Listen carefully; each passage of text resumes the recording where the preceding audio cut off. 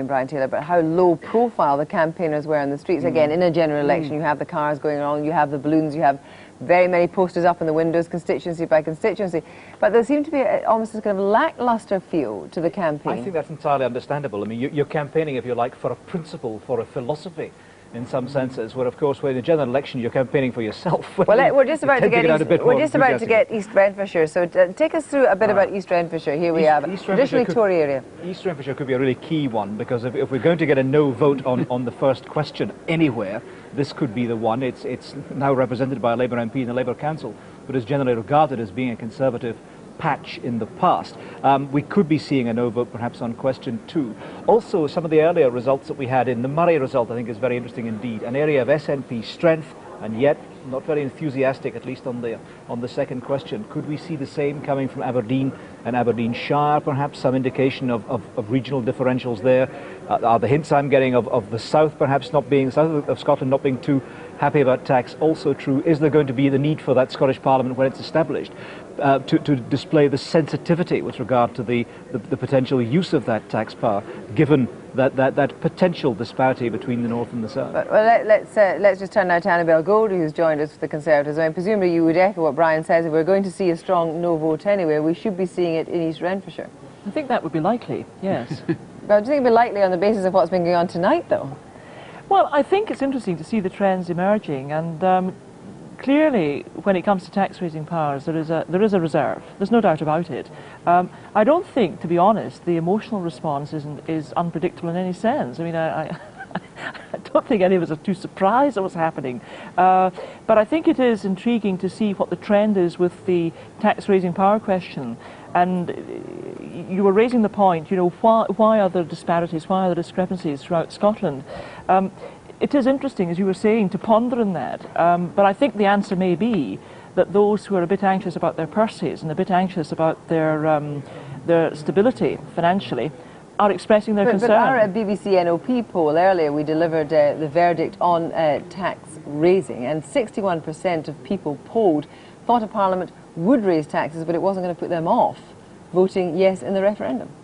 Yes, that was a poll, but I think here we're seeing the reality of how that opinion is translated into votes. And I think there is a geographical, perhaps to some extent also sociological variation, which is not altogether surprising. And I guess it relates to those who are sensitive about earning. Well, we'll come back to some more conversation in a moment, but let's just look at where we are. Let's just have a quick look. The share of the vote now on the 8 declarations in, 77% for a Parliament against 23%, 65% for tax-varying powers against 35%. We can go on to a summary now, forecast share, 77% for a Parliament, 23 against, 67 for tax-varying powers, 33 against. And now let's look at that winning post there. Now what we're saying after 8 results, the winning post is the same in both questions 1 and 2, 1,250,000. We forecast that there'll be a yes for both a Parliament and tax-varying powers. But look how far away we are, and the big councils haven't kicked in yet. We're well away officially from that winning post after 8 results. So we can look at who said yes, yes, look right down there. And moving on to the next group, City of Dundee. And then we can turn to a yes, no, and Orkney Islands is sticking out there as the only council so far that have split their own vote to deliver yes, no. Donald Dewar, the Scottish Secretary, said tonight, this is a confident vote. We are a nation that believes in ourselves. Brian Wilson. Yeah, I want to go back to something Brian said a little earlier before it gets lost, and it was to pay tribute, I think, to Tony Blair for honest politics in putting these questions to the people, and particularly the second question on taxation, which is an unfashionable thing to do. And if you just remember, not to make too much of it, but the hysteria with which that decision was attacked at the time, and he was absolutely right to do it, and how much stronger and more credible the result is tonight because that decision was taken. And indeed, we'll go to Aberdeen in a moment to find out what they made of it in Aberdeen. Before I do that, Dr. Alan McCartney, SNP, were among those who said, goodness me, why do we need a 2-question referendum? Yes, because Labour had been telling us you don't need a referendum, vote for the Labour Party. But is a vindication, would you say, of Tony Blair's policy? Well, I think the thing has moved on. I'll cut you short now and go over to East Renfrewshire, which is now finally declaring. The turnout of electors was 68.2% of those eligible to vote. Here is the result for the first ballot. The votes cast for I agree that there should be a Scottish Parliament, 28,253, 28253, representing 61.7% of the valid votes cast. The votes cast for I do not agree that there should be a Scottish Parliament, 17,573, 17,573, representing 38.3% of the valid votes cast. There were 100 rejected ballot papers.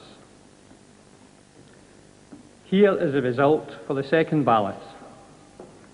The votes cast for I agree that a Scottish Parliament should have tax-varying powers, 23,580, 23580, representing 51.6% of the valid votes cast.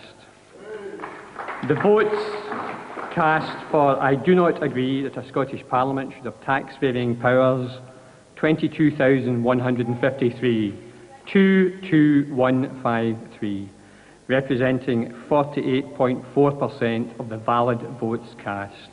So there we have the East Renfrewshire area. If the Conservative No campaign had been effective, it would have returned a no vote there. But look at that for a Parliament, majority of over 10,500 for a Parliament. When it comes down to tax-varying powers, the majority is 1,427 on a turnout of 68%, a high turnout in East Renfrewshire. On the share now, 62% for a Parliament, playing 38%, 52% for tax powers, 48% against. Clearly, Annabel Goldie, a high turnout, which might suggest that Conservatives in that area were going for yes, no. Well, who knows? Again, emotionally, I think the argument is there.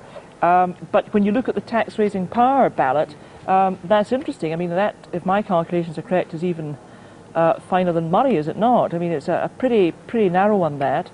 And I think that just reflects what we were saying, that those who are worried about the sensitivity of the tax-raising element are, in the areas where that matters, expressing that very clearly. Now we can just turn to Brian, because Brian, you were saying that East Renfrewshire was the key area in Scotland for Conservative votes. We flagged that up very early in the evening. It was indeed. I mean, there's not much doubt about the outcome tonight. It's going to be yes, yes. But if there were to be a no vote anywhere in the Central Belt, certainly this was going to be the one. A former Conservative area, I gather, of course, an area that Annabel herself is familiar with, and it just hasn't happened. The Tory taunts, if you like, the Tory campaign, both on breaking up the union and on the tax part, just haven't bought it. Well, this might be an area that Annabel might be interested in standing in later, about which I'll ask her more later. But let's now go straight over to Edinburgh, where Anne Mackenzie is with the Secretary of State for Scotland, Donald Dewar. Indeed, and Mr. Dewar's just been telling me he's been campaigning for devolution for 100 years. No. I think we're actually just going to a result. South Ayrshire, I believe. We can go across now to returning officer, I believe. We'll come back to Mr. Dewar in just a second.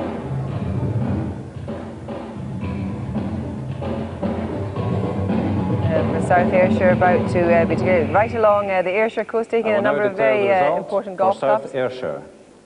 The turnout of electors was 66.7% of those eligible to vote. Here is the result for the first ballot. The votes cast for I agree that there should be a Scottish Parliament, 40,161, representing 66.9% of the valid votes cast. The votes cast for I do not agree that there should be a Scottish Parliament, 19,909, representing 33.1% of the valid votes cast. Rejected ballot papers, 233. Here is the result for the second ballot. The votes cast for I agree that a Scottish Parliament should have tax-varying powers, 33,679, representing 56.2% of the valid votes cast. The votes cast for I do not agree that a Scottish Parliament should have tax-varying powers, 26,217, representing 43.8% of the valid votes cast. Rejected ballot papers, 409. That completes the declaration for South Ayrshire. Now we can look at that result in detail from South Ayrshire. The majority for a Parliament, 20,252, and the majority for tax-varying powers, 7,462. Now let's look at the share on that. And the share, yes for a Parliament, 67%. Yes for taxpayers, 56%. Plays, 44%.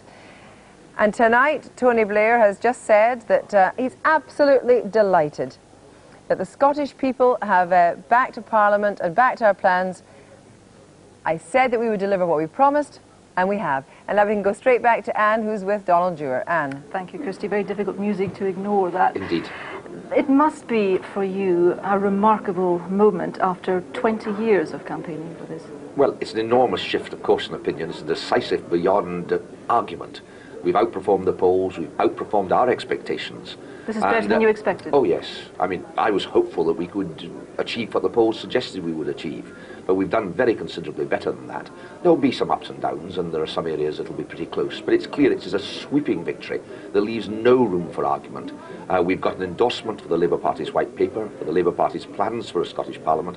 That's what we can now implement. We've got momentum. We've got, I think, moral authority on our side, the authority of the people.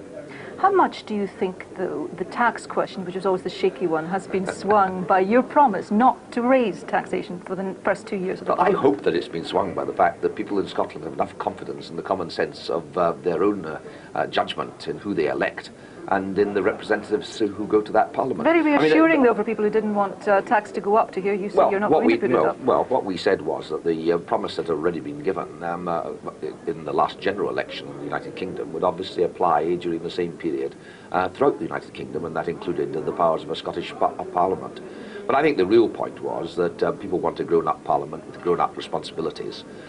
They weren't prepared to pass a vote of no confidence in their own representatives and in their own ability to pick the right people. It really is a matter of confidence. The trouble for the Noes, I think, was that they were constantly saying, look, these powers exist at Westminster, and we're safe while they're at Westminster. Give them to Scots, and the world comes to an end. To be fair to them, it's rather a difficult case to argue, and I think they got increasingly into trouble. One of the really satisfying things from my point of view is that I think that we won the debate hands down, and we grew stronger right the way through the campaigning period. But the heroes are the electorate. It's the people of Scotland have made unequivocally clear what they think, and they've endorsed our plans for a Scottish Parliament, and that's what they're going to get. And I look forward to getting the bill going towards the end of the year, and then taking it through to the elections, probably sometime in the middle of 1999. What happens then for you? Are you going to stand for the Scottish Parliament? I think my job, and I would say this, wouldn't I, but I think my job is to get the job, the work completed. There is still a lot of arguing to do, a lot of tidying up. Clearly we've got to get through the Commons and the Lords. But would you prefer to be Scottish Secretary rather than First Minister? No, I want to see the power passing to Edinburgh, to politicians who are directly elected by the people of Scotland. I think that's the important thing. That's actually after all, the central principle which is argued all the way through. Here's a separate body of Scottish legislation. Here's the difference that is Scotland. The traditions, the culture, the political systems. Let's put them under direct control, break the power of the centre, and trust people in Scotland to take sensible decisions about their own future. But you have wanted this for so long. Wouldn't it be right for you to show confidence in this institution by actually joining it yourself? I think if I had to do that, other people would have to show confidence in me, and perhaps it's rather arrogant for me to make that assumption. Look, whatever happens, I'm going to be pushing and supporting and giving every help I can to what I think is an adventure that is going to put Scotland at the absolute cutting edge of the modernisation of the British Constitution. OK, Mr. Dewar, as you can hear, we're about to get another declaration. This one is to be East Lothian, as I understand it, the constituency of nearly 70,000, stretching from Dunbar to Musselburgh, including the affluent Edinburgh commuter belt of North Berwick, Gillane and Aberdeen. The turnout of electors was 65% of those eligible to vote. Here is the result for the first ballot. The votes cast for I agree that there should be a Scottish Parliament, 33,525, representing 74.2% of the ballot votes cast.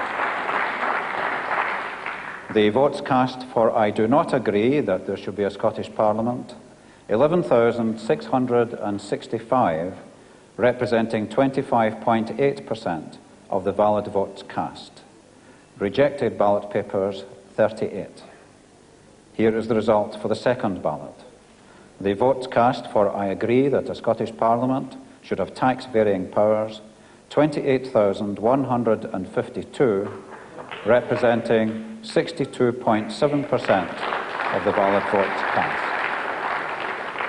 The votes cast for I do not agree that a Scottish Parliament should have tax-varying powers, 16,765, representing 37.3% of the ballot votes cast. Rejected ballot papers 279.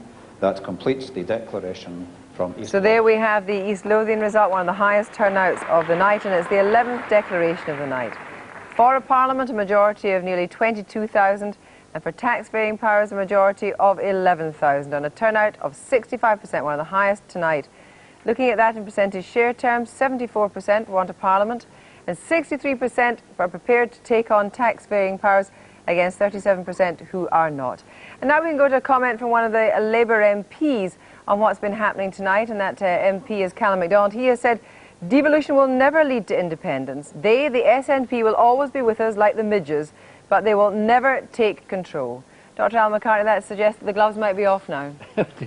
Well, it's a novel way of referring to the Scot Nats we used to be called. Now we're called midges. I think he's perhaps losing contact with reality in the euphoria of the yes vote. I mean, but he is frankly, saying you will never take control, that in fact there will never be a case of devolution leading to independence. Well, frankly, Callum MacDonald has one vote in Scotland. The people of Scotland will decide whether we go further to independence.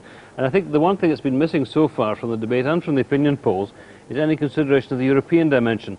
We're not only debating whether we're Scottish, British, or more of one or the other, but where do we go in Europe? And that's when I think the debate comes over towards the SNP's territory. Well, it's interesting because Callum MacDonald's position, because he's PPS to Donald Dewar, so he's quite an important figure, and he's obviously chosen tonight just to have a little dig at the Nats, just in case people think it's getting a bit cosy before you actually go over and argue the detail of a bill.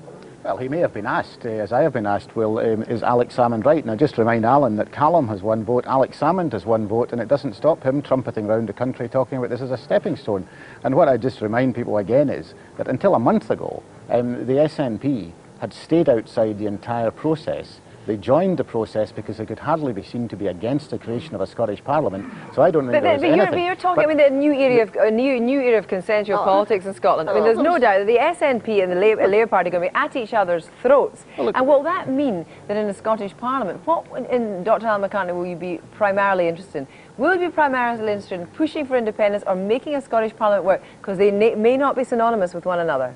Well, let's look at what happens. You have elections. The SNP platform is quite clear. If we get a majority, then we move to independence. If we are unsuccessful and don't get a majority, you get a majority, then you get a majority in a Scottish Parliament, yes, and you move to independence. yes. How would you manage to do that? Well, if the votes of the people of Scotland give us that majority, then quite clearly that will be a mandate for independence, quite unambiguously. So you're shaking your head, Brian Wilson. So constitutionally, a Westminster government would be required to call a referendum on independence. Well, it's so wildly hypothetical that it's hardly worth going into. But I mean, the fact of the matter is that the Constitution is a reserve power, and I don't think it's worth getting into the semantics about. Because the fact of the matter is that if there was that mood, the problem for the SNP has never been that there is some constitutional mechanism stopping them achieving their aims. The problem has been that that only a fraction of the people of Scotland have ever voted for them, and if it stays that way, then this is a totally hypothetical discussion. Annabel Goldie, you may indeed be holding the jackets in the Scottish Parliament anyway. If indeed you are going there, are you prepared to stand for Scottish Parliament? Are you prepared to stand for Scottish Parliament? I'm just really glad sitting next to Alan McCartney. Its midges are like not fleas, but let's just say, Annabel Goldie, are you prepared to stand for Scottish Parliament? Well, wait a moment. I'm just interested in what's been emerging between my pair of friends on either side of me here. And you say, are we going to be there as Conservatives in Parliament holding the jackets? I think you have just had the first flavour of what lies ahead. Now, democratically, that may be healthy, but constitutionally, there is going to be a big bicker going on. Right. Let's have more of that bickering later, but first we must go over to Peter Snow. What we can't do, unfortunately, tonight is measure the impact on the English of what's happening in Scotland. It's just too soon to do a poll that quick. But what we have done over the past few weeks, Radio 5 Live, have used audience selection to ask English people in areas of the North, Midlands and South what they think about the idea of a regional assembly. It may have changed after tonight, but here's what they were saying before tonight. Just looking at those three big regions, 300 people roughly in each region, so not awfully reliable, these figures, but giving a sort of guide. 38% in the North saying yes to a regional assembly in the north of England, 62% saying no thanks very much, we don't want one. In the Midlands, rather more saying no, 28% saying yes and 72% saying no. In the south, 38% saying yes, 62% saying no. What that doesn't do, of course, is tell us how much more the North East is inclined to say yes within the North, and what's happening down in Cornwall, of course, and indeed what's happening in London itself. But that gives a guide and a general impression of the English not being very excited about devolution. Well, let's find out a bit more about that from commentators in Westminster, and there with Jeremy Vine. Yes, Kirsty, with me, three London-based columnists most people will read a lot of the time. Steve Richards of the New Statesman, Janet Daly of the Telegraph, and Peter Hitchens of the Daily Express. Welcome to you. Peter Hitchens, is this a big night for Britain? It's a very sad night. It's a pointless and needless destruction of one of the world's most successful partnerships between two nations. And I think it will end, undoubtedly now end, in the independence of Scotland, with all the sad consequences that that will bring. We now have a Quebec in this country, and I think we will look back on it with regret. Scottish Parliament, 44,619, representing 60.7% of the valid votes cast. The votes cast for I do not agree that there should be a Scottish Parliament, 28,863, representing 39.3% of the valid votes cast. Rejected ballot papers, 317. Here is the result for the second ballot. The votes cast for I agree that a Scottish Parliament should have tax-varying powers, 35,737, representing 48.8% of the valid votes cast. The votes cast for I do not agree that a Scottish Parliament should have tax-varying powers, 37,499, representing 51.2% of the valid votes cast. Rejected ballot another papers, yes-no from Dumfries and Galloway. You voted no last time round. Let's look at those figures now. For a Parliament, a majority of just over 15,500. Tax powers, a majority against tax-varying powers of 1,762. Again, a high turnout in Dumfries and Galloway as you take it over the stretch for tonight. Share 61% for a Parliament, plays against 39. 49% for tax-varying powers is beaten off by 51% against tax-varying powers. More of that in a moment, but let's rejoin Jeremy Vine with his commentators in London. Well, Peter Hitchens was just saying that this was all very sad, Peter Hitchens, but what you're saying surely adds up to the line that the man from Westminster knows best. No, what it adds up to is that we now have, whether we like it or not, two countries in one island. And that what is going to happen as a result of this is that English people are going to say, well, we want a parliament too. And there is going to be a revival of English nationalism, an inward-looking and perhaps rather selfish nationalism of the kind we haven't seen in this country. British nationalism, outward-looking, the sort of nationalism which won the Second World War and defied Hitler was one thing. The sort we will now see will be much more mean-minded and unpleasant. I regret it, but I think it is bound to follow. It's not a matter of who knows best. It's a matter of something has happened in Scotland. It's hard to explain. A lot of people have campaigned. One of the things that happened in Scotland was that your paper came out with a very yes vote yesterday, didn't it? The Scottish Daily Express did that, yes. Yeah. And, Steve Richards, do you think... I won't say I agree with that. Do you think an English Parliament, as Peter Hitchens called it, should be, an end result of all this? Not for I mean, it's a logical consequence of this, but it's way, way off the agenda. Nobody's yet talking about an English Parliament. I think those figures that Peter Snow showed in his polls earlier about regional assemblies, I think they will change as a result of this. I think there will be greater calls for assemblies in certain parts of England now, in the north, in the southwest. Remember, we're also getting an assembly in London. And I mean, this is a very important night. And remember, when Blair first announced that we were going to have these referendums last summer, there was a real chance, and I felt it myself, that it could all go badly wrong, that it was a risky enterprise. We remember what happened in '79 and so on. So a lot hinged on this, and the results are very important because I think it propels what I regard as a healthy reform programme forward in quite an exciting way. Janet Daly, the people who say that, well, this is going to break up Britain and so on, if you look at what happened after the Princess of Wales's death, it shows that there are bonds that will stay no matter where these new parliaments are erected, surely. Well, it's an interesting parallel with the Princess of Wales's death, a bit of a red herring, if I may say so, but it seems to me what's most alarming and sinister about this is that the whole policy, at this moment anyway, is utterly contentless.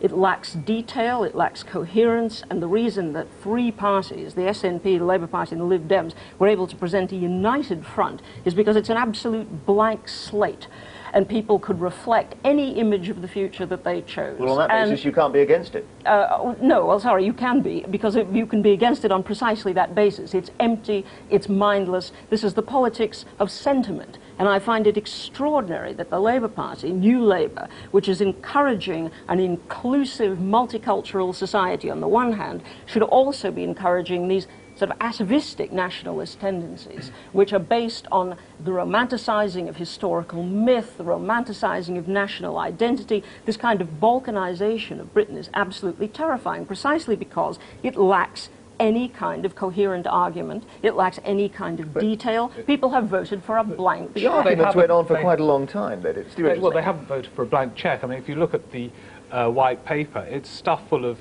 detail. Well, no, I mean, this Parliament is going to get a heck of a lot of powers that are currently being dealt with at Westminster. I mean, really all that's left for the Westminster Parliament to do as regards Scotland are things like foreign affairs. I mean, this Scottish Parliament will be in control of most of the policies which touch the people in Scotland. It is a huge shift, but that is no. What's been quite incredible is that the Labour Party has campaigned claiming that this is going to strengthen the Union. So the absurd sight of Gordon Brown campaigning alongside Sean Connery. And Gordon Brown was saying this strengthens the Union, and practically holding hands with Connery, who was saying this is going to break up the Union. Yes. Labour doesn't seem to have any idea of what it's doing here, except to pay off its own debts to its own organisation in Scotland. Afraid of nationalism. How can you argue against all those yes votes piling up on the screen that we're watching? I can't argue. I can say that I regret it. I can say that I think that it's a mistake. I can say that it's the result of the whipping up of xenophobia, of a rather childish form of politics by irresponsible people over 20 years. I can't deny that it's happened. Now that it's happened, I think we're going to have to move on. And as I say, what I predict is a demand in England, not for Legoland regional assemblies, which nobody wants and which are no use to anybody, but for an English Parliament governing England. And I think the consequences... And a separate army as well? Well, that's the logical conclusion of all of this. But it's rather a peculiar view, Jeremy, to say that because you're in the minority, because your policy hasn't succeeded, you shouldn't be allowed to argue. I mean, that's a very strange conception. Surely this is the judgment on all the arguments. All the arguments you've had, this is the judgment coming in now. Sorry, the arguments have not been answered. The arguments have been fudged, and that is why you're getting this vote. None of the proper questions have been dealt with. I mean, is England going to continue to finance this toy town sort of parliament, and if so, if the English taxpayer is going to pay for it and yet have no voice in how that money is spent, that's taxation without representation, which is the principle of the American Revolution was fought. That's got to be sorted out, Steve Richards, yeah? Well, sorry, we should get the cost of setting up the Parliament or the budget for Scotland generally. The cost of setting up the Parliament, it's peanuts. In terms of the budget, what is happening tonight is that those who spend it are going to be accountable. People will be able to kick these people out. But those who pay for it, not accountable to those who pay for it. Yes, exactly. Not accountable to the English and who those who pay for it are going to have no voice whatever. All right, we'll continue this later, I'm sure. Back to you. Thank you very much indeed, Jeremy, and the panel. Let me just bring in Charles Kennedy, the Liberal Democrats. Let's hear some of the verbs and adjectives there. Empty and mindless sentiment. Toy Town Parliament, England paying for it, xenophobia.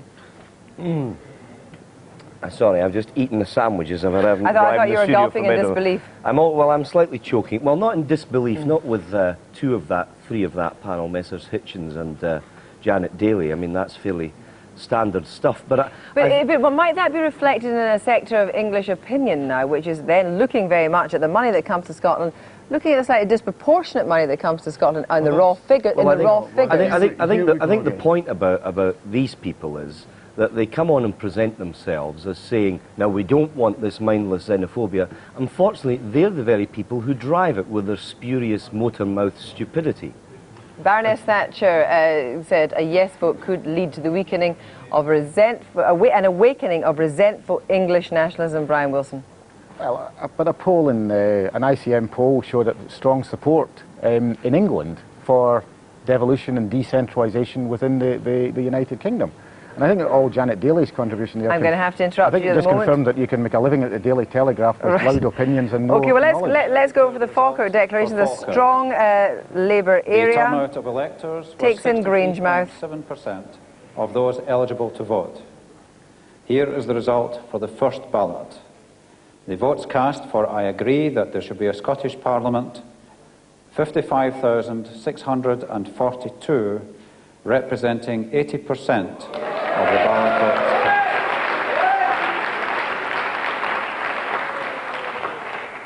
The votes cast for I do not agree that there should be a Scottish Parliament, 13,953, representing 20% of the valid votes cast. Rejected ballot papers, 342. Here is the result for the second ballot. The votes cast for I agree that the Scottish Parliament should have tax-varying powers, 48,064, representing 69.2% of the ballot votes cast. The votes cast for I do not agree that the Scottish Parliament should have tax-varying powers, 21,403, representing 30.8% of the valid votes cast. Rejected ballot papers, 484. That completes the declaration for Falkirk. So there we have it, Falkirk in the central belt with a double yes vote. For a Parliament, a majority of over 41,500. And on tax-varying powers, a much lesser majority of 26,661 on a 63% turnout. Now let's take the share vote. Yes for a Parliament, 80%. And on tax powers, 69% plays on 31%. Now let's just go after 13 declarations and see where we are with Peter Snow. Peter. Massive green light from Scotland to a Scottish Parliament. Here are the columns representing the majorities for a Scottish Parliament right the way across the country. Small one in Dumfries and Galloway, small one in East Renfrewshire, and there's Orkney, the smallest of all, 13% majority there in Orkney, but otherwise hefty great slabs of green there for the Scottish Parliament. These are the majorities for tax-varying powers for the Parliament. As you can see, Dumfries and Galloway, a tiny majority for the noes, and the same in Orkney. A narrow victory for the yeses in East Renfrewshire, otherwise pretty solid. Moray there, a fairly small majority for the yeses, but even there, a yes majority in Moray. And so when you put the two together, the picture is a pretty solid green light to the Parliament, the taller ones the Parliament, and the smaller ones there, the tax-varying powers. You can get a fairly good picture there of the whole, what's happened all over the local pattern of the vote all over the country. What matters, of course, is the aggregate, what's happening altogether when the piles stack up there for the yeses to a Parliament. Here we have the yeses to a Parliament stacking up. We need about 1,200,000 for the winning post to reach, a long way short of that yet. 62% the turnout, way behind the nose. 73 to 26. Overall, then, it's a green light to a Scottish Parliament by 47% so far, with 13 results in, quite a few to go still, and we're forecasting that it'll end up a yes majority of 48% overall at the end of the night. Tax-varying powers, again, the ballot boxes on the left here, the green light in the front here, and the red light in the back there, and the yeses stacking up, going through 250,000, coming up to 500,000. Going to get through 500,000, not quite, 462,000 so far, something like half that for no. So there's the answer the Scottish people are giving on tax-varying powers, 62 to 38 roughly. A majority for the yeses then on tax-varying powers of 24%, and we say it'll end up, at the end of the night, we should have tax-varying powers approved by the Scottish people with a majority for the yeses of some 24%. Peter, we're just about to get the Stirling Declaration, home of Michael Forsyth. He was the architect of the tartan tax, and of course we now know via Hollywood it's Braveheart country 700 years ago today, the Battle of Stirling Bridge. So let's hear what happens in Stirling. Of those eligible to vote. Here is the result of the first ballot. The votes cast for I agree that there should be a Scottish Parliament, 29,190, representing 68.5% of the valid votes cast. The votes cast for I do not agree that there should be a Scottish Parliament, 13,440, representing 31.5% of the valid votes cast. Rejected ballot papers, 169. Here is the result of the second ballot.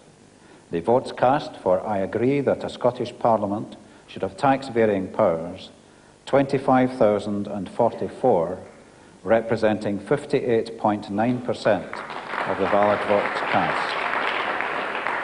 The votes cast for I do not agree that a Scottish Parliament should have tax-varying powers, 17,487, representing 41.1% of the valid votes cast.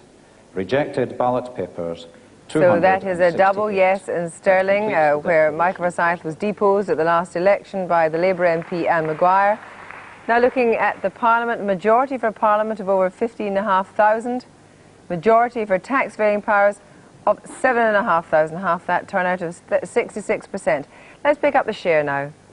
68% say yes to a Parliament, plays 32%, and 59% yes to tax-varying powers against 41%. Peter Keller, let's just pick up, first of all, on the yes-nos. Let's just have a look at a bit more detail. What do you make of that? Well, almost every result, we're finding that the number of people who want tax-varying powers is about 10 to 12% fewer than the number of people who want a parliament. So about an eighth of the voters of Scotland seem to have voted yes-no. We'd be looking at our poll. We looked at that group especially. In most respects, they're just like yes-yes voters. There's one particular respect in which they're very different. And this is, they're people who are much more scared of Labour domination in the new Scottish Parliament. The people who go yes, yes, very few of them are worried by that. The yes-nos, most of them are worried by that. So I think they're the people who don't want taxes to go up. Many Scots do want taxes to go up to buy better public services. But the yes-nos, they're the people who are fearful that a strong Labour-run Scottish Parliament would put up taxes and not benefit them. The irony of that might be, of course, that Labour having pledged not to put up taxes, it might be one of the other parties in the Scottish Parliament that forced those measures through. Possibly, but according to our poll, most people think that taxes will go up. So in as far as Labour wanted people to believe they wouldn't put taxes up, that has not been believed. I mean, I think it should be said that I think that people would say that taxes would go up from any parliament. I mean, it doesn't matter who you're talking about, people would say taxes will go up because taxes always have gone up in our history. I mean, I think that the suggestion that this fear of Labour domination, might reflect the kind of business at the start of the campaign and the business that the undercurrent of, let's be brutal, corruption and the chance that you might get kind of corrupt politicians, and I think that represents that fear. Well, let's now go back down to Cardiff, where Hugh is joined by Ron Davis. Thanks, Kirsty. Yes, keeping a very close eye on all these results coming in is the Welsh Secretary. Thanks for joining us, Davis. How encouraged are you so far? Very much so. I think the results in Scotland are very, very conclusive. There's a good turnout and obviously a clear majority on both ballots. So I'm delighted, and I'd like to send my congratulations to the people of Scotland for the confidence that they've shown in their own future, and my congratulations also to all of those who have campaigned so successfully for a yes-yes vote. How realistic is it, given all the feedback that you've been getting privately from your own campaigning, how realistic is it that the Welsh result a week today will be as conclusive as the one that Scotland has delivered? Well, we haven't yet had the opportunity, following the tragic events of last week, obviously, to get the sort of detailed feedback that we would want. What I can say, however, is that I'm enormously encouraged by the result tonight. What it does show is that people will wake up tomorrow and they will realise that the old, over-centralised way of doing things is no longer an option. The face of British government is now going to change. And what we in Wales would have to ask ourselves is, given that Scotland is now going to have its own distinctive voice in Britain and in the councils of Europe and so on, is Wales going to take the opportunity which will be available to it next Thursday to also ensure it has a strong voice in Britain and in Europe? And I'm confident that people in Wales will say yes. Mr Davis, there's another declaration on the way. Thanks very much. The turnout of electors was 63.1% of those eligible to vote. Here is the result for the first ballot. The votes cast for I agree that there should be a Scottish Parliament, 40,344, representing 61.7% of the valid votes cast. The votes cast for I do not agree that there should be a Scottish Parliament, 24,998, representing 38.3% of the valid votes cast. Rejected ballot papers, 320. Here is the result for the second ballot. The votes cast for I agree that a Scottish Parliament should have tax-varying powers, 33,398, representing 51.3% of the ballot votes cast. The votes cast for I do not agree that a Scottish Parliament should have tax-varying powers, 31,709, representing 48.7% of the ballot votes cast. Rejected ballot papers 473. Perth and Kinross, Perth, where Edward Heath made his famous declaration of Perth in 1968, pledging the Conservatives to a Scottish Assembly. Now let's look what they did with the Scottish Parliament. They've gone for a Scottish Parliament with a majority of 15,346, but on tax-varying powers the majority was 1,689, substantially lower majority on a turnout of 63%. Share of the vote, 62% for a Scottish Parliament against 38%, 51% for tax-varying powers against 49%. Overall, much tighter there. Now let's go over to John Sopel. We've now got 15 declarations in. We forecast yes on both counts, and let's hear what they're making of it at the party. John Sopel. Kirsty, it must be very frustrating for the performers here, because what's happening, every time there's an act up on stage, they're in the middle of performing, and then you come up and say we're going to go to another result, and then the music's cut off and everyone gathers around the television screens. So let me speak to a couple of the people who've been around the television screens. There have been people who've been dancing here. Peter McNee, first of all. What do you make of the result so far? I think the results are marvellous tonight for the United Kingdom, not just for Scotland, although they're marvellous for us as well.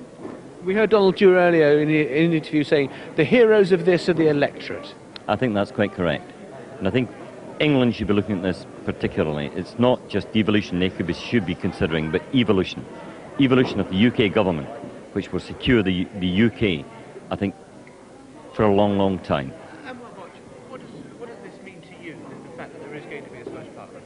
I think it's very, very good, because I was born here, and we wish everybody for Scotland to go ahead with this, and we think, for the future of Scotland is very, very good, and everybody should go ahead with this, and everybody should think about this seriously, what's going to happen in the future, for the Scottish people, Peter McNee, we've seen the Nationalists, the Labour Party, I see wearing a Labour Party badge, working together over this campaign in Scotland Forward. When does the divorce take place? I don't think there was a divorce. Much as I don't like to admit it, Alex Salmond's been very honest with the electorate. He still wants independence, but he accepts that independence will only come if the Scottish electorate vote for independence. The Labour Party... Let me stop you there. Edinburgh's about to declare. Let me go back to Kirsty. And now we can go to the city of Edinburgh for the declaration there, one of the largest councils in Scotland. For the city of Edinburgh area. Let's see what the capital makes of a Scottish Parliament. Of those eligible to vote. Here is the result for the first ballot. The votes cast for I agree that there should be a Scottish Parliament, 155,900, representing 71.9% of the ballot votes cast. The votes cast for I do not agree that there should be a Scottish Parliament, 60,832, representing 28.1% of the ballot votes cast. Rejected ballot papers 847. Here is the result for the second ballot. The votes cast for I agree that a Scottish Parliament should have tax-varying powers, 133,843, representing 62% of the ballot votes cast. The votes cast for I do not agree that a Scottish Parliament should have tax-varying powers, 82,188, representing 38% of the ballot votes cast. Rejected ballot papers, 1,525. So there we have it, the city of Edinburgh, the second largest council in Scotland, voting resoundingly yes for a Scottish Parliament. Of course, Edinburgh, the capital, has much to gain from a Scottish Parliament, certainly in commercial terms. And now let's look at the majority there for a Parliament, 95,000, one of the largest electorates, of course, 95,000 majority for a Parliament. And on tax powers, the majority of 51,500, on a turnout of 60%, not the highest by any manner of means, 60%. City of Edinburgh share 72% in favour of Parliament, playing against 28%. 62% say yes to tax-paying powers, playing against 38%. Robin Oakley, if I can come to you now, let's pick up on some of the English reaction we heard at Westminster. These concerns about, for example, health spending, £860 in Scotland, playing against whatever it is, 694. Do you think there is going to be a resentment built up? I think over a period there's obviously going to be a new focus on Scotland in Westminster, both the number of Scottish MPs there, and a lot of people will start saying, well, hang on, now they've got a parliament of their own, do we need so many Scottish MPs at Westminster? But that has been conceded in the White Paper, hasn't it? Well, that's been conceded in the White Paper. The limit that the qualification that there has to be a minimum of 71 is ending. But of course it'll be not for the next general election, but the general election after that, by the time the Boundary Commission has sat and decided what the new constituencies will be. So it'll take some time for that reaction to play through. It'll also take some time, I think, for the reaction to play through on public expenditure. We had a foretaste of it in the battles in the Cabinet, which Donald Dewar won in terms of whether the block grant should continue for Scotland after the institution of a Scottish Parliament, and we started seeing the voice of English nationalism coming through in Labour's ranks, even at the Cabinet level, with Frank Dobson and Jack Cunningham and Jack Straw. So that is going to be magnified. Well, as we talk here, we can see the scenes at the Edinburgh Party, obviously, with this second biggest result coming here as a reaction as people heard the news. The capital had voted overwhelmingly for a Scottish Parliament. And what people were saying there, Robin Oakley, as well, is a general mood of decentralisation across the United Kingdom that we'll be seeing as a result of the strength of the vote tonight. Look at this, people hugging each other. The whole of this is going to give an enormous boost to the government's constitutional reform programme, the whole wide programme that it's got. There'll be a play on, inevitably, into the Welsh referendum. There'll be a play on into the extension of the Convention on Human Rights, Freedom of Information Act, the reform of the House of Lords, all these kind of questions. And now we can go to the Midlothian Declaration area just south of Edinburgh. For Midlothian, the turnout of electors was 65.1% of those eligible to vote. Here is the result for the first ballot. The votes cast for I agree that there should be a Scottish Parliament, 31,681, representing 79.9% of the ballot votes cast.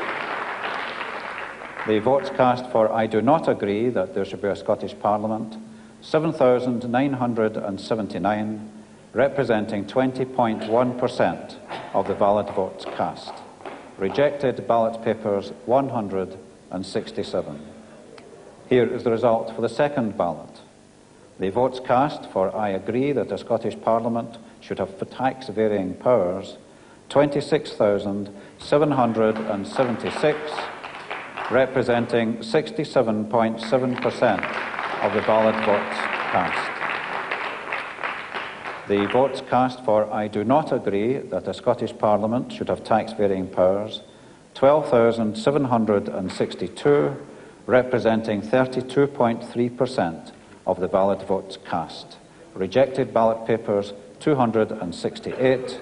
That completes the declaration. There we have it, Midlothian, the former mining community of Midlothian has voted yes, yes. For Parliament, the majority was over 23,500, and for tax-varying powers, the majority was 14,000. And let's look at the share of the vote there. 80% plays 20, and on tax-paying powers, 68% against 32%. Now, without 17 declarations in, 15 to go. Now over to Peter. Over halfway, and look how the votes are stacking up now. First of all, the first question, a Scottish Parliament, do you want it or not? No doubt about the answer to that. Watch them stack up. There's the 1,200,000 that either side needs for a win. Quite a lot short of it yet, but we're now just over halfway, still some of the biggest ones to come. It won't be long before we're through the winning post. 303,000 only for no, 72 to 27%, a majority for the yeses on a Scottish Parliament of 45%. On tax-varying powers, on the second question, here we have the votes now stacking up towards the 1,200,000, and we're well on the way, halfway there.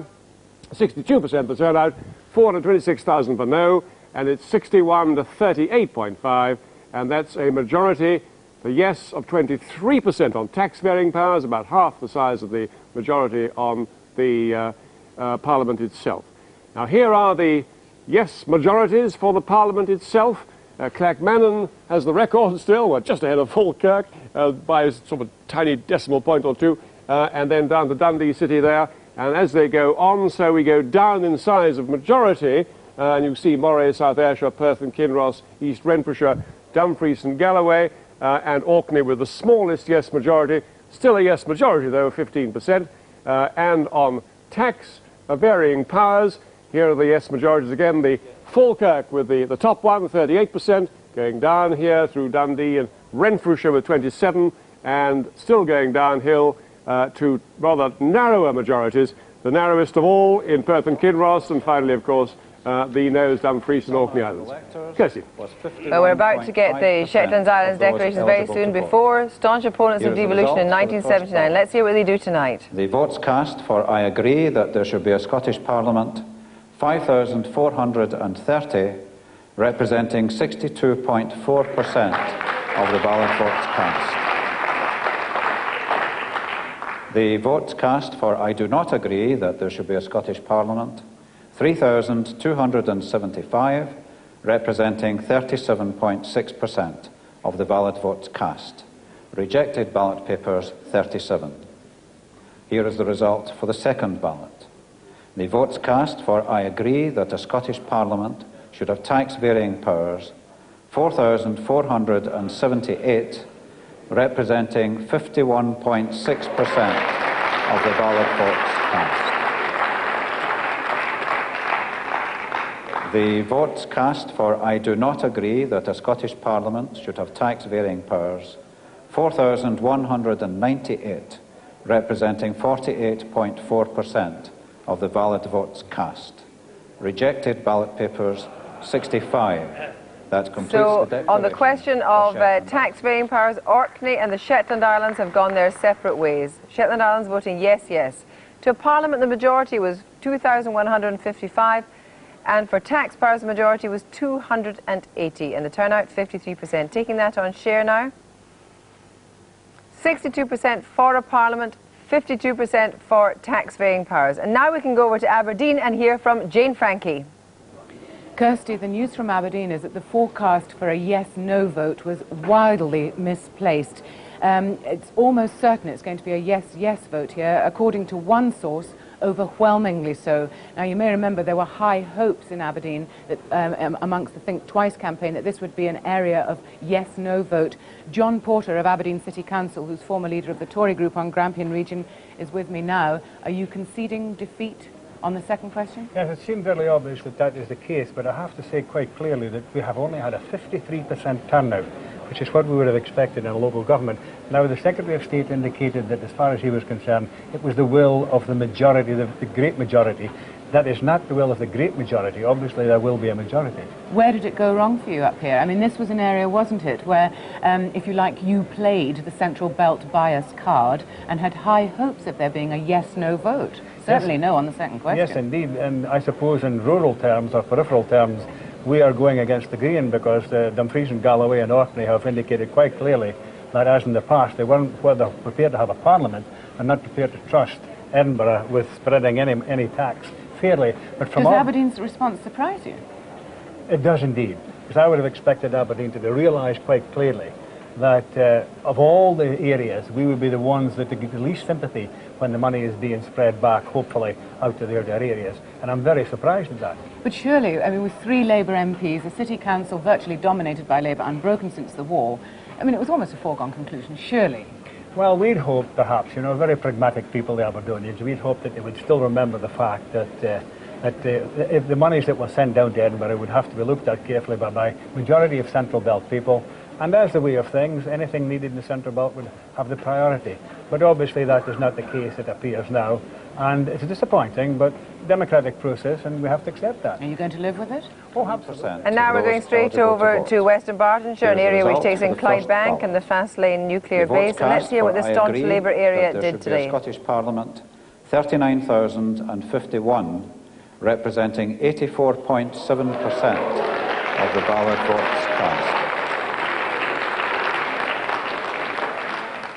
The votes cast for I do not agree that there should be a Scottish Parliament, 7,058, representing 15.3% of the valid votes cast. Rejected ballot papers, 234. Here is the result for the second ballot. The votes cast for I agree that a Scottish Parliament should have tax varying powers, 34,408, representing 74.7% of the valid votes cast.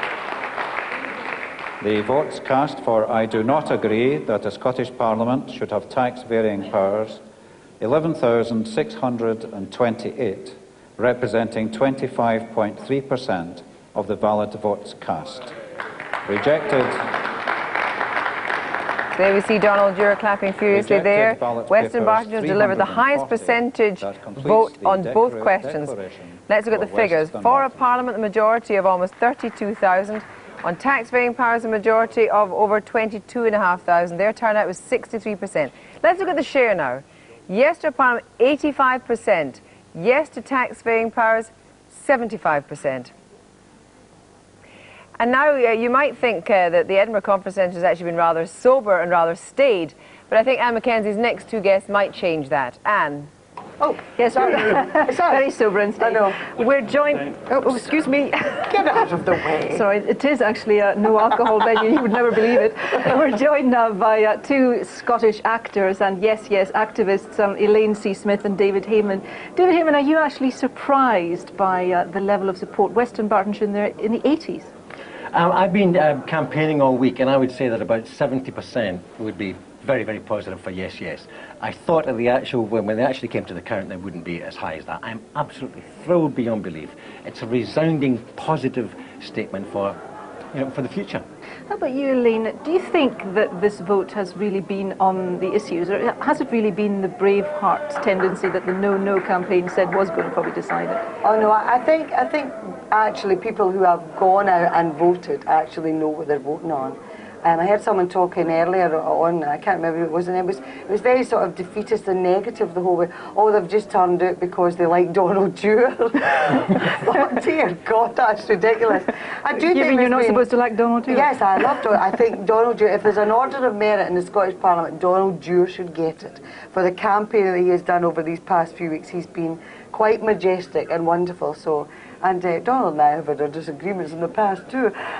So I'm saying that very, very sincerely. We can see him now, actually. Yes, there he is. The happiest I've ever seen him, I think. The big man, as he'll now be known. But he was saying earlier... He deserves to get all He deserves it, yes. He's getting a bit bored with it all, though, you were saying. He said that.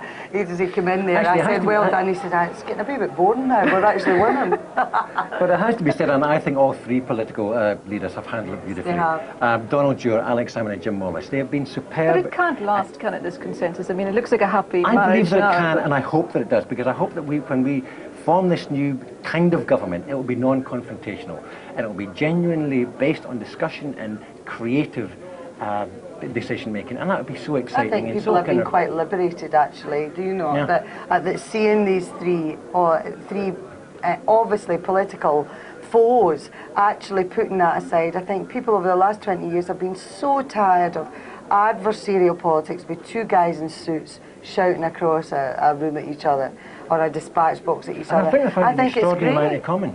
They have found there is a bonding. I'm not saying there's not going to be fights and arguments, but that's great. That's good for politics. I like debate, but it doesn't necessarily... There is common ground here, and I also think there's a bit of altruism here too. This is about the greater good. And for people to actually cast aside those differences, I think is a great thing. We should be proud of that. Okay, and they're playing our tune. We've got Here we are, another one? Yet another one. Inverclyde this time. Right, let's see. We can't actually see Neil McKinnon yet. He should be coming in any minute. Here he comes with Inverclyde, and see whether this matches up with the percentages that have been coming across Scotland. I will now declare the result for Inverclyde. The turnout of electors was 60.4% of those eligible to vote. Here is the result for the first ballot. The votes cast for I agree that there should be a Scottish Parliament, 31,680, representing 78% of the ballot votes cast. The votes cast for I do not agree that there should be a Scottish Parliament, 8,945, representing 22% of the valid votes cast.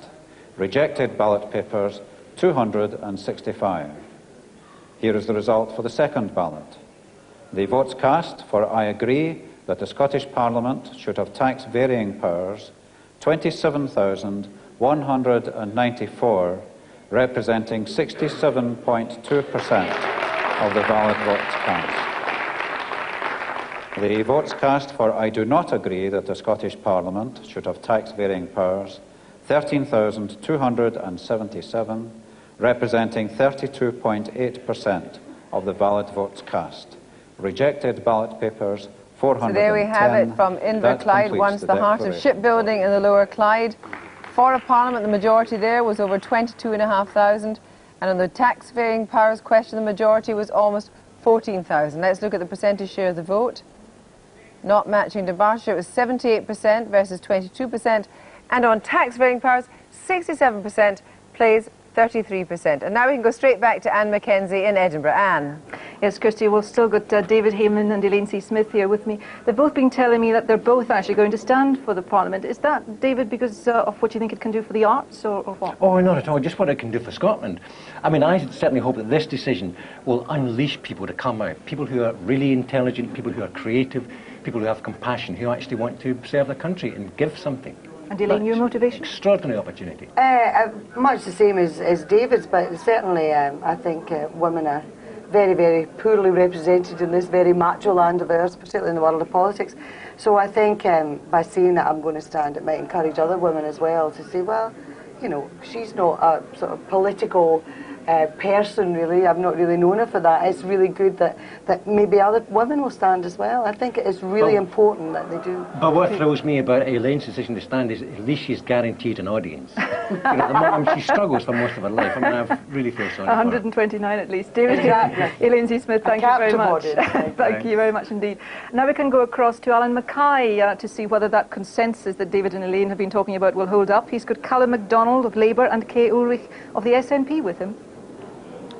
Thanks very much, Anne. Yes, I'm joined by Callum MacDonald, the Labour MP for the Western Isles, who amid all the euphoria of the apparent victory has been likening the SNP to midges, always with us in Scotland but never likely to take control. Does this mean at 3:30 on Friday the 12th it's all over with the SNP? Well, I think in terms of this result, it's a huge endorsement of the decision taken by the Labour Party to hold a referendum. And it means we've now got the overwhelming support of the Scottish people behind our plans for a Scottish Parliament. But could you have done it without the SNP's support? Clearly not. Well, I think if you look at the results, there are a couple of oddities in the results. The Moray and the Perth result, which are two SNP-held areas, came out with two of the lowest margins for the tax question. I don't know how to explain that. But I think in areas where Labour was strong, we came out with a very strong endorsement of the government's plans. Now, you're the Parliamentary Private Secretary to Donald Dewar. Is this a signal that this is the way he feels about the SNP, that they're midges? Well, I think it's important to emphasise that the Labour Party has always been prepared to cooperate with people on policies that we're putting forward. We invited people into the convention, so Nationalists who chose to stay outside the convention. And that's the attitude we'll continue to maintain. Okay, well, we're joined now by Kay Ulrich of the SNP. Kay Ulrich, how do you feel about Callum MacDonald's remarks? Well, I can't believe that Callum really means this on a night like this. I mean, look at the result you've had in the Western Isles as a result of cooperation between our two parties. 33% up on the 79 result. It really, this is a night for rejoicing that our parties have got together and delivered a resounding result like this. I really am surprised. I can't believe in the cold light of day you'll regret this. But for you, will it be back to business as usual in attacking the Labour Party in the next few weeks? Well, of course we will from time to time disagree, and we'll certainly be running for the Scottish parliamentary election.